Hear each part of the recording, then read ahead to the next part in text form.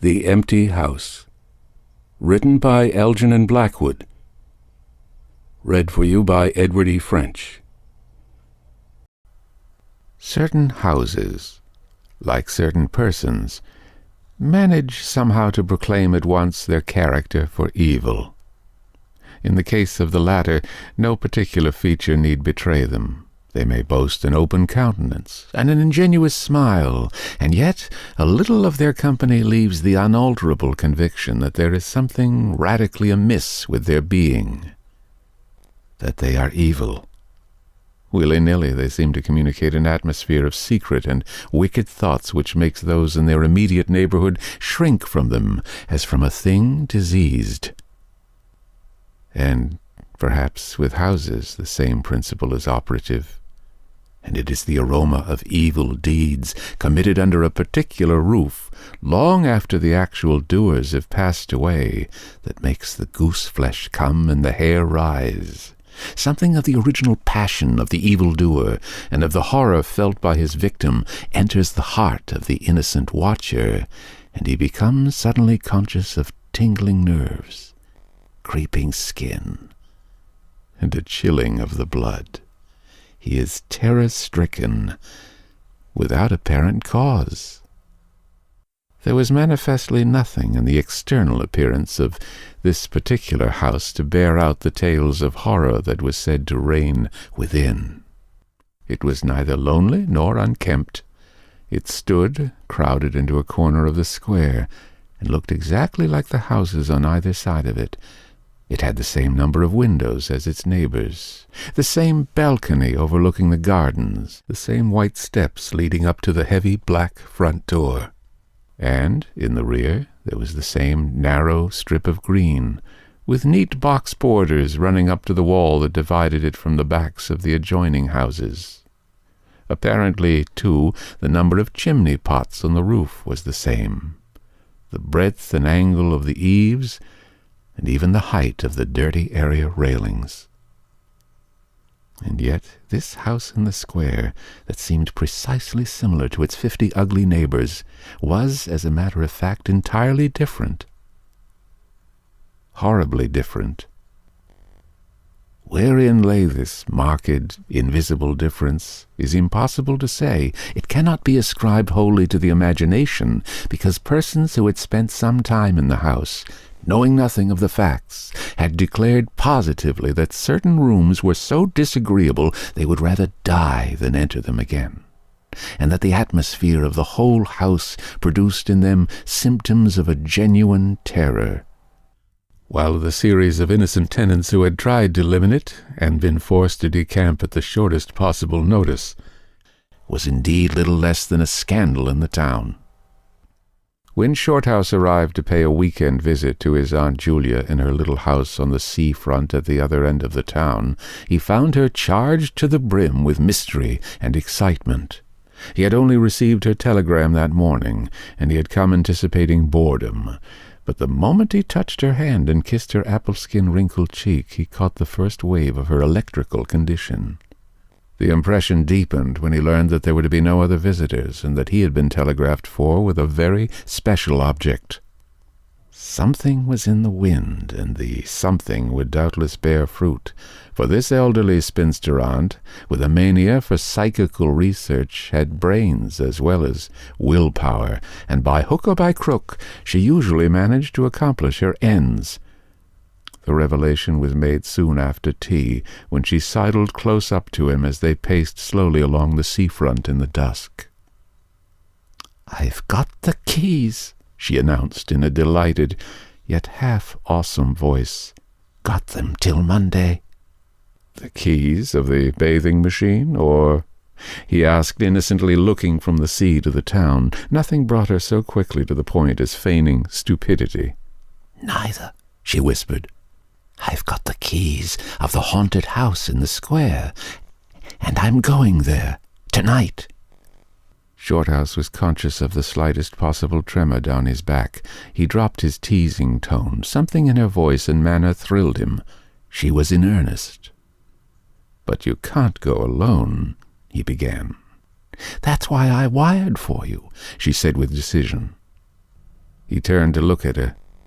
The ugly, lined, enigmatical face was alive with excitement. There was the glow of genuine enthusiasm round it like a halo. The eyes shone.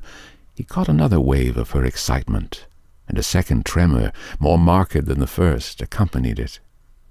"Thanks, Aunt Julia," he said politely. "Thanks awfully.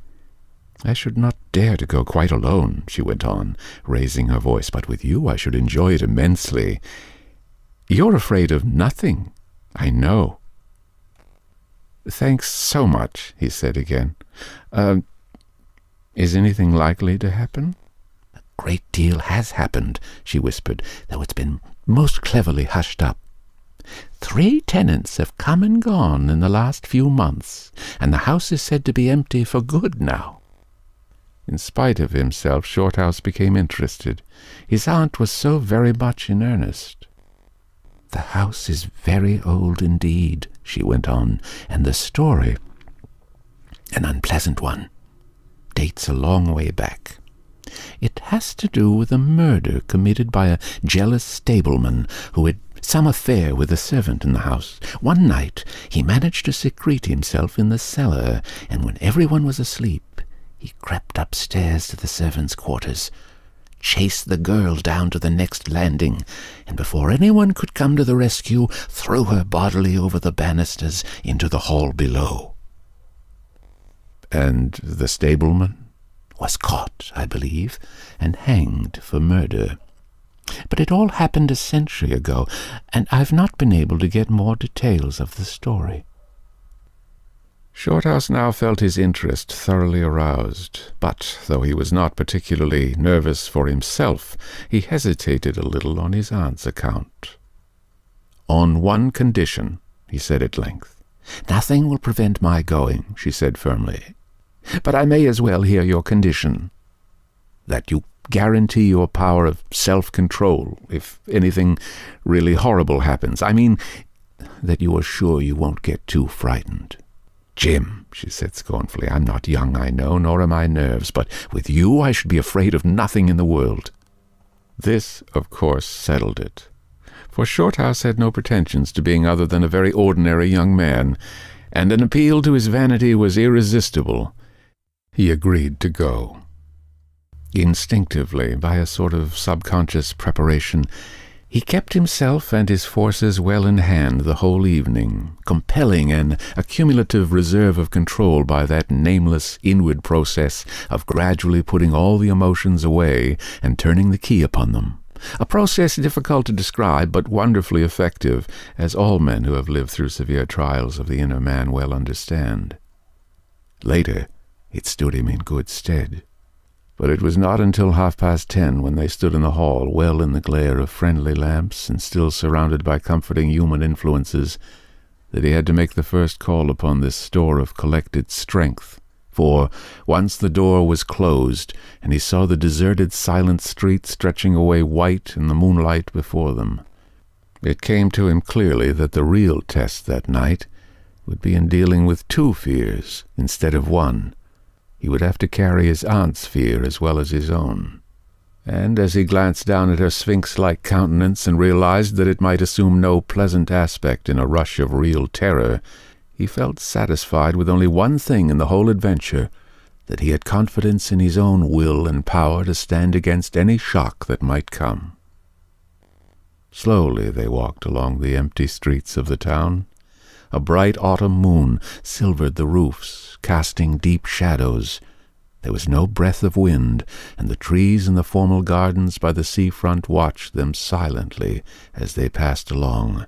To his aunt's occasional remarks, Shorthouse made no reply, realizing that she was simply surrounding herself with mental buffers, saying ordinary things to prevent herself from thinking of extraordinary things. Few windows showed lights, and from scarcely a single chimney came smoke or sparks. Shorthouse had already begun to notice everything, even the smallest details. Presently they stopped at the street corner and looked up at the name on the side of the house full in the moonlight, and with one accord, but without remark, turned into the square and crossed over to the side of it that lay in shadow. "The number of the house is 13, whispered a voice at his side, and neither of them made the obvious reference, but passed across the broad sheet of moonlight and began to march up the pavement in silence. It was about halfway up the square that Shorthouse felt an arm slipped quietly but significantly into his own, and knew then that their adventure had begun in earnest, and that his companion was already yielding imperceptibly to the influences against them. She needed support. A few minutes later they stopped before a tall, narrow house that rose before them into the night, ugly in shape and painted a dingy white. Shutterless windows, without blinds, stared down upon them, shining here and there in the moonlight. There were weather streaks in the wall and cracks in the paint, and the balcony bulged out from the first floor a little unnaturally, but beyond this generally forlorn appearance of an unoccupied house, there was nothing at first sight to single out this particular mansion for the evil character it had most certainly acquired. Taking a look over their shoulders to make sure they had not been followed, they went boldly up the steps and stood against the huge black door that fronted them forbiddingly. But the first wave of nervousness was now upon them, and Shorthouse fumbled a long time with the key before he could fit it into the lock at all. For a moment, if truth were told, they both hoped it would not open, for they were a prey to various unpleasant emotions as they stood there on the threshold of their ghostly adventure. Shorthouse, shuffling with the key and hampered by the steady weight on his arm, certainly felt the solemnity of the moment. It was as if the whole world, for all experience seemed at that instant concentrated in his own consciousness, were listening to the grating noise of that key. A stray puff of wind wandering down the empty street woke a momentary rustling in the trees behind them, but otherwise this rattling of the key was the only sound audible, and at last it turned in the lock, and the heavy door swung open and revealed a yawning gulf of darkness beyond. With a last glance at the moonlit square, they passed quickly in, and the door slammed behind them with a roar that echoed prodigiously through empty halls and passages. But instantly, with the echoes, another sound made itself heard, and Aunt Julia leaned suddenly so heavily upon him that he had to take a step backwards to save himself from falling. A man had coughed close beside them, so close that it seemed they must have been actually by his side in the darkness. With the possibility of practical jokes in his mind, Shorthouse at once swung his heavy stick in the direction of the sound, but it met nothing more solid than air. He heard his aunt give a little gasp beside him. "There's someone here," she whispered. "I heard him." "Be quiet," he said sternly. It was nothing but the noise of the front door. "Oh, get a light, quick," she added, as her nephew, fumbling with a box of matches, opened it upside down and let them all fall with a rattle onto the stone floor. The sound, however, was not repeated, and there was no evidence of retreating footsteps. In another minute they had a candle burning, using an empty end of a cigar case as a holder, and when the first flare had died down he held the impromptu lamp aloft and surveyed the scene. And it was dreary enough in all conscience, for there is nothing more desolate in all the abodes of men than an unfurnished house dimly lit, silent and forsaken, and yet tenanted by rumor with the memories of evil and violent histories. They were standing in a wide hallway. On their left was the open door of a spacious dining room, and in front the hall ran, ever narrowing, into a long, dark passage that led apparently to the top of the kitchen stairs. The broad, uncarpeted staircase rose in a sweep before them, everywhere draped in shadows, except for a single spot about halfway up, where the moonlight came in through the window and fell on a bright patch on the boards. This shaft of light shed a faint radiance above and below it, lending to the objects within its reach a misty outline that was infinitely more suggestive and ghostly than complete darkness. Filtered moonlight always seems to paint faces on the surrounding gloom, and as Shorthouse peered up into the well of darkness and thought of the countless empty rooms and passages in the upper part of the old house, he caught himself longing again for the safety of the moonlit square, or the cozy, bright drawing-room they had left an hour before. Then, realizing that these thoughts were dangerous, he thrust them away again and summoned all his energy for concentration on the present. "Aunt Julia," he said aloud, severely, "we must now go through the house from top to bottom and make a thorough search." The echoes of his voice died away slowly all over the building, and in the intense silence that followed he turned to look at her.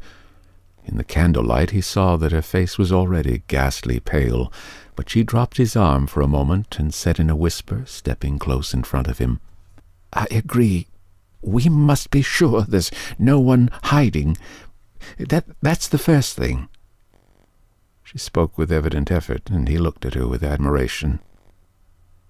"You feel quite sure of yourself?" "It's not too late." "I think so," she whispered, her eyes shifting nervously toward the shadows behind. "Quite sure. Only one thing." "What's that?" "You must never leave me alone for an instant." "As long as you understand that any sound or appearance must be investigated at once, for to hesitate means to admit fear. That is fatal." "Agreed," she said, a little shakily after a moment's hesitation. "I'll try." Arm in arm, Shorthouse holding the dripping candle and the stick, while his aunt carried the cloak over her shoulders, figures of utter comedy to all but themselves, they began a systematic search. Stealthily, walking on tiptoe and shading the candle lest it should betray their presence through the shutterless windows, they went first into the big dining room. There was not a stick of furniture to be seen. Bare walls, ugly mantelpieces, and empty grates stared at them. Everything, they felt, resented their intrusion, watching them, as it were, with veiled eyes. Whispers followed them. Shadows flitted noiselessly to right and left. Something seemed ever at their back, watching, waiting an opportunity to do them injury. There was the inevitable sense that operations which went on when the room was empty had been temporarily suspended till they were well out of the way again. The whole dark interior of the old building seemed to become a malignant presence that rose up, warning them to desist and mind their own business. Every moment the strain on the nerves increased. Out of the gloomy dining room they passed through large folding doors into a sort of library or smoking room, wrapped equally in silence, darkness, and dust. And from this they regained the hall near the top of the back stairs. Here a pitch-black tunnel opened before them into the lower regions, and, it must be confessed, they hesitated, but only for a minute. With the worst of the night still to come, it was essential to turn from nothing. Aunt Julia stumbled at the top step of the dark descent, ill-lit by the flickering candle, and even Shorthouse felt at least half the decision go out of his legs. "Come on," he said peremptorily, and his voice ran on and lost itself in the dark, empty spaces below. "I'm coming," she faltered, catching his arm with unnecessary violence. They went a little unsteadily down the stone steps, a cold, damp air meeting them in the face, close and malodorous. The kitchen, into which the stairs led along a narrow passage, was large, with a lofty ceiling. Several doors opened out of it, some into cupboards with empty jars still standing on the shelves, and others into horrible little ghostly back offices, each colder and less inviting than the last. Black beetles scurried over the floor, and once, when they knocked against a deal table standing in a corner, something about the size of a cat jumped down with a rush and fled, scampering across the stone floor into the darkness. Everywhere there was a sense of recent occupation, an impression of sadness and gloom. Leaving the main kitchen, they next went towards the scullery. The door was standing ajar, and as they pushed it open to its full extent, Aunt Julia uttered a piercing scream, which she instantly tried to stifle by placing her hand over her mouth. For a second Shorthouse stood stock still, catching his breath. He felt as if his spine had suddenly become hollow, and someone had filled it with particles of ice. Facing them, directly in their way between the doorposts, stood the figure of a woman. She had disheveled hair and wildly staring eyes, and her face was terrified and white as death. She stood there motionless for the space of a single second. Then the candle flickered and she was gone. Gone utterly, and the door framed nothing but empty darkness. "Only the beastly jumping candlelight," he said quickly, in a voice that sounded like someone else's, and was only half under control. "Come on, Aunt. There's nothing there." He dragged her forward. With a clattering of feet and a great appearance of boldness they went on, but over his body the skin moved as if crawling ants covered it, and he knew by the weight of his arm that he was supplying the force of locomotion for two. The scullery was cold, bare, and empty, more like a large prison cell than anything else. They went round it, tried the door into the yard and the windows, but found them all fastened securely. His aunt moved beside him like a person in a dream. Her eyes were tightly shut, and she seemed merely to follow the pressure of his arm. Her courage filled him with amazement. At the same time he noticed that a certain odd change had come over her face, a change which somehow evaded his power of analysis. "There's nothing here, Auntie," he repeated aloud, quickly. "Let's go upstairs and see the rest of the house. Then we'll choose a room to wait up in." She followed him obediently, keeping close to his side, and they locked the kitchen door behind them. It was a relief to get up again. In the hall there was more light than before, for the moon had travelled a little further down the stairs. Cautiously they began to go up into the dark vault of the upper house, the boards creaking under their weight. On the first floor they found the large double drawing-rooms, a search of which revealed nothing. Here also was no sign of furniture or recent occupancy, nothing but dust and neglect and shadows. They opened the big folding doors between front and back drawing-rooms, and then came out again to the landing and went on upstairs. They had not gone up more than a dozen steps when they both simultaneously stopped to listen, looking into each other's eyes with a new apprehension across the flickering candle flame. From the room they had left, hardly 10 seconds before, came the sound of doors quietly closing. It was beyond all question. They heard the booming noise that accompanies the shutting of heavy doors, followed by the sharp catching of the latch. "We must go back and see," said Shorthouse briefly, in a low tone, and turning to go downstairs again. Somehow she managed to drag after him, her feet catching in her dress, her face livid. When they entered the front drawing-room, it was plain that the folding doors had been closed half a minute before. Without hesitation, Shorthouse opened them. He almost expected to see someone facing him in the back room, but only darkness and cold air met him. They went through both rooms, finding nothing unusual. They tried in every way to make the doors close of themselves, but there was not wind enough even to set the candle flame flickering. The doors would not move without strong pressure. All was silent as the grave. Undeniably the rooms were utterly empty, and the house utterly still. "It's beginning," whispered a voice at his elbow, which he hardly recognized as his aunt's. He nodded acquiescence, taking out his watch to note the time. It was 15 minutes before midnight. He made the entry of exactly what had occurred in his notebook, setting the candle in its case upon the floor in order to do so. It took a moment or two to balance it safely against the wall.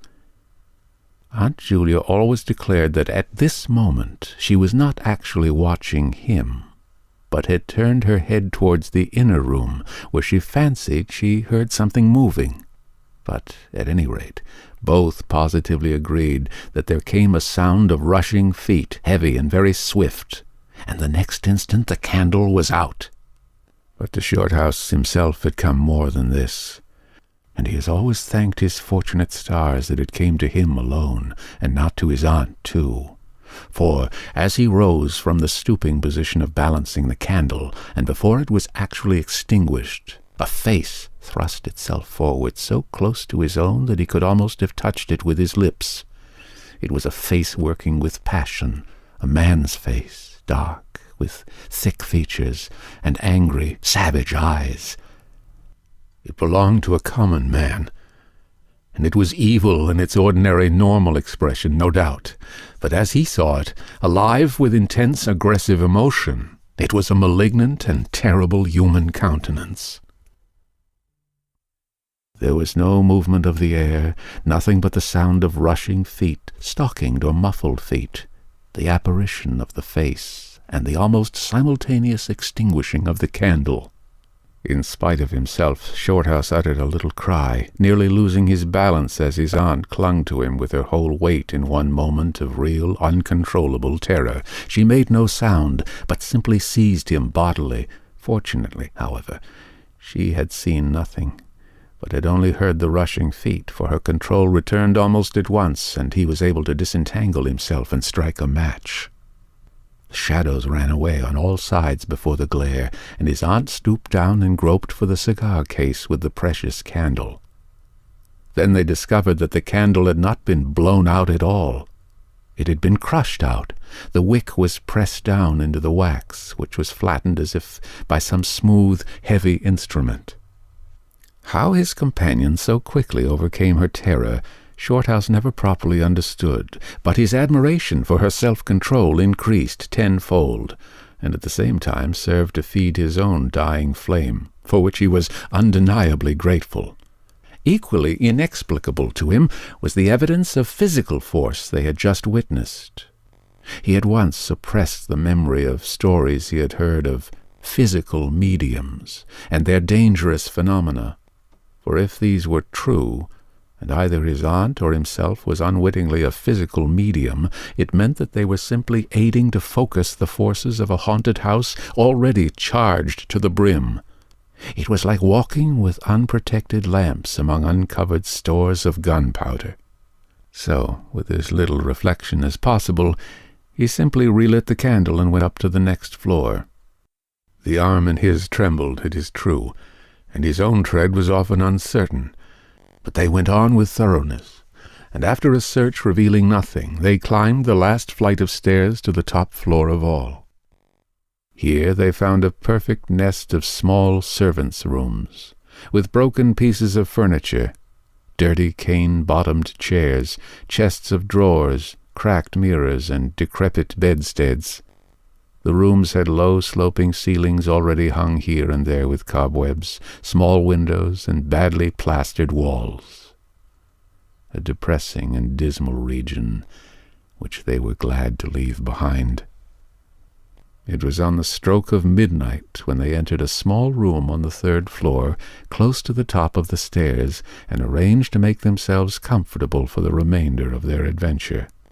It was absolutely bare, and was said to be the room, then used as a clothes closet, into which the infuriated groom had chased his victim and finally caught her. Outside, across the narrow landing, began the stairs leading up to the floor above and the servants' quarters where they had just searched.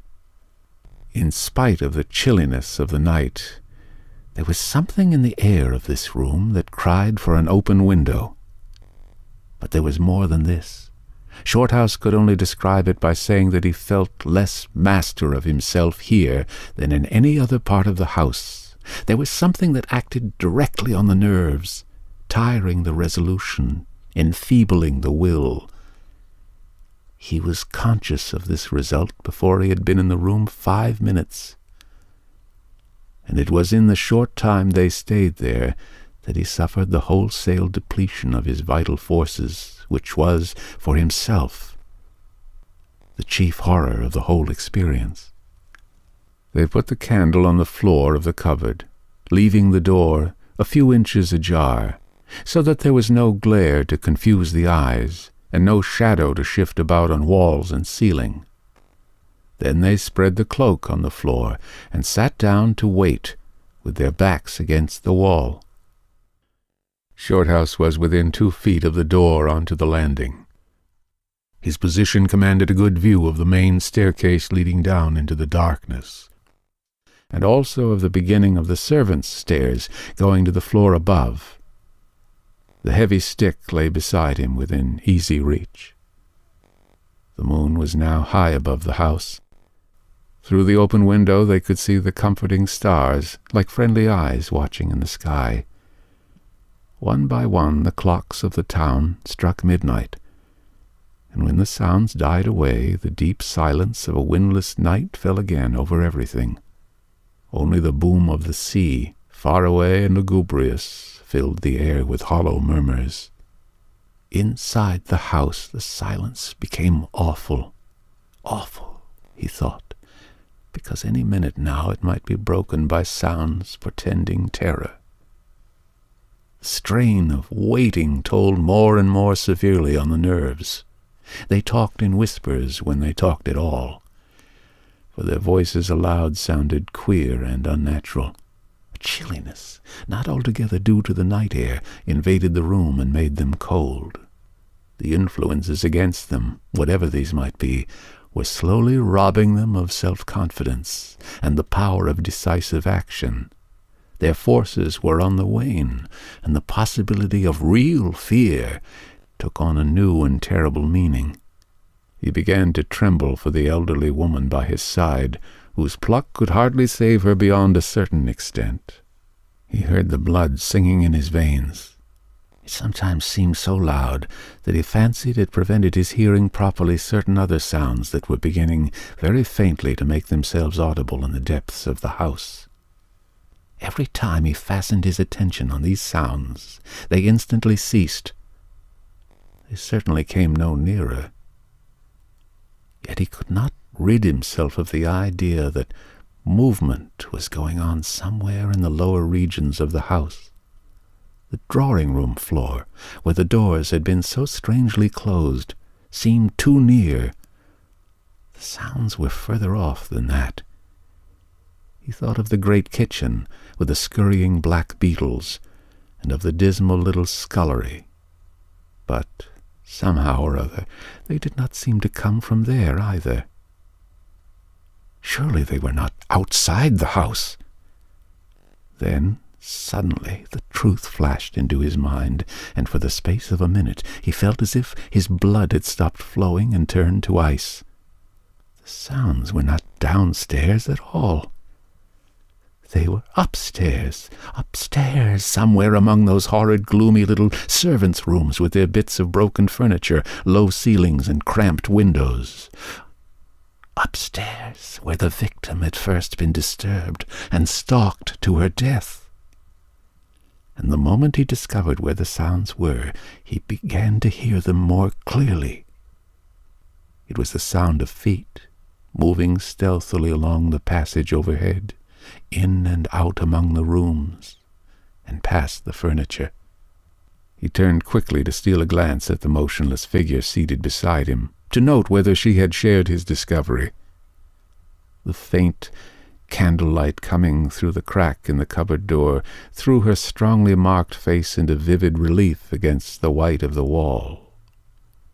But it was something else that made him catch his breath and stare again. An extraordinary something had come into her face and seemed to spread over her features like a mask. It smoothed out the deep lines and drew the skin everywhere a little tighter so that the wrinkles disappeared. It brought into the face, with the sole exception of the old eyes, an appearance of youth and almost of childhood. He stared in speechless amazement that was dangerously near to horror. It was his aunt's face, indeed, but it was her face of 40 years ago, the vacant, innocent face of a girl.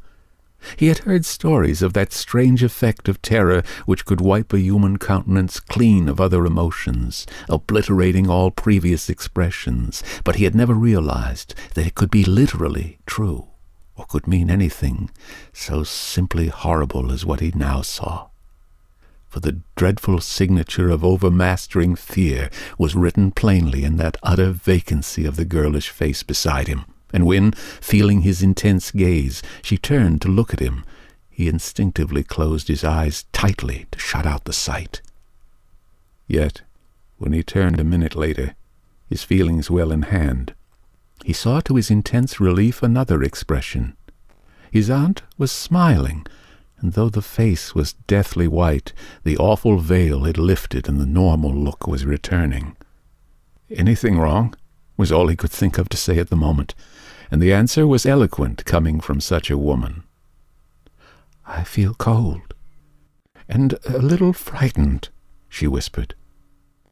He offered to close the window, but she seized hold of him and begged him not to leave her side, even for an instant. "It's upstairs." "I know," she whispered, with an odd half-laugh. "But I can't possibly go up." But Shorthouse thought otherwise, knowing that in action lay their best hope of self-control. He took the brandy flask and poured out a glass of neat spirit, stiff enough to help anybody over anything. She swallowed it with a little shiver. His only idea now was to get out of the house before her collapse became inevitable.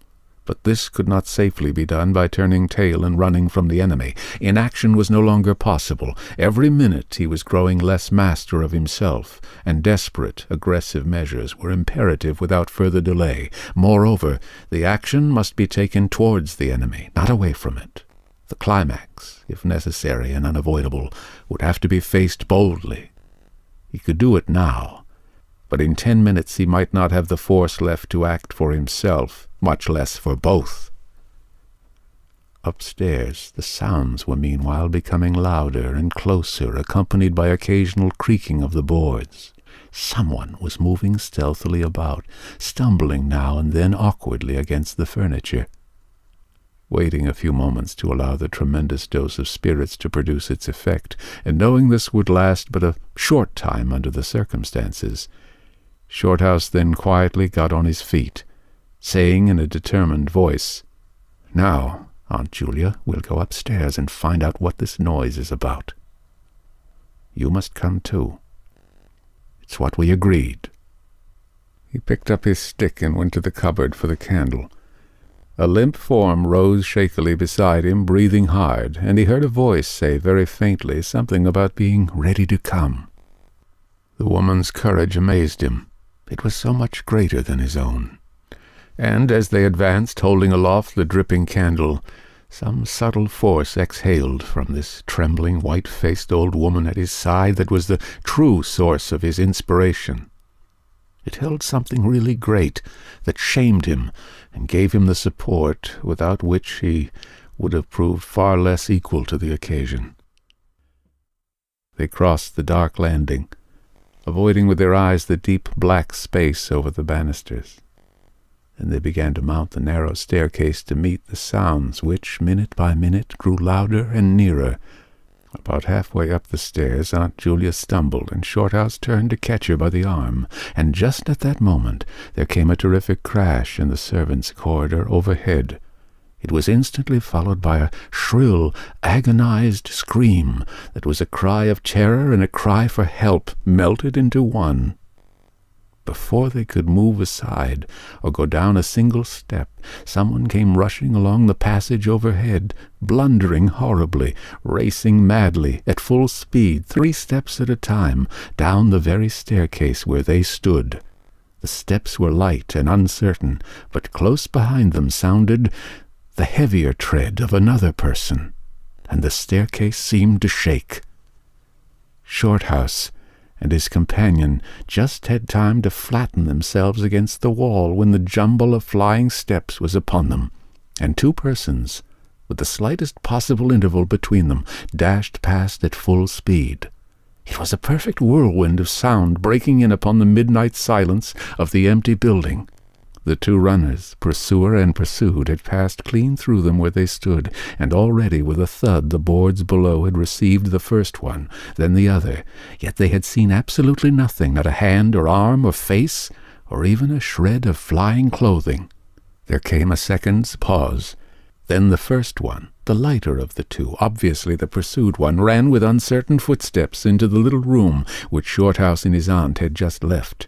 The heavier one followed.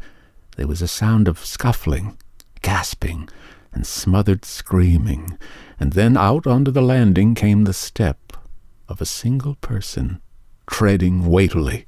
A dead silence followed for the space of half a minute, and then was heard a rushing sound through the air. It was followed by a dull, crashing thud in the depths of the house below, on the stone floor of the hall.